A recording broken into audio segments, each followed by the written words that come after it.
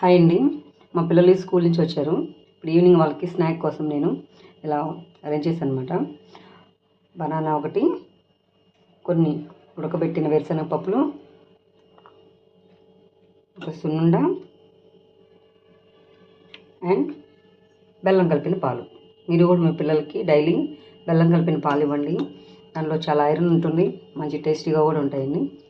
ఇలా మా పిల్లల కోసం ప్రతిరోజు ఈవినింగ్ వచ్చేసి ఏదో ఒక స్నాక్స్ ఇలా నేను రెడీ చేస్తూ ఉంటాను. ఇలా ఉడకబెట్టిన పల్లీలు చాలా బాగుంటాయండి, ఒకసారి టేస్ట్ చేసి చూడండి.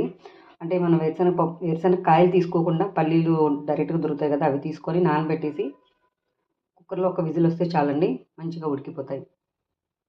ఈ వీడియో నచ్చితే లైక్ చేయండి, షేర్ చేయండి.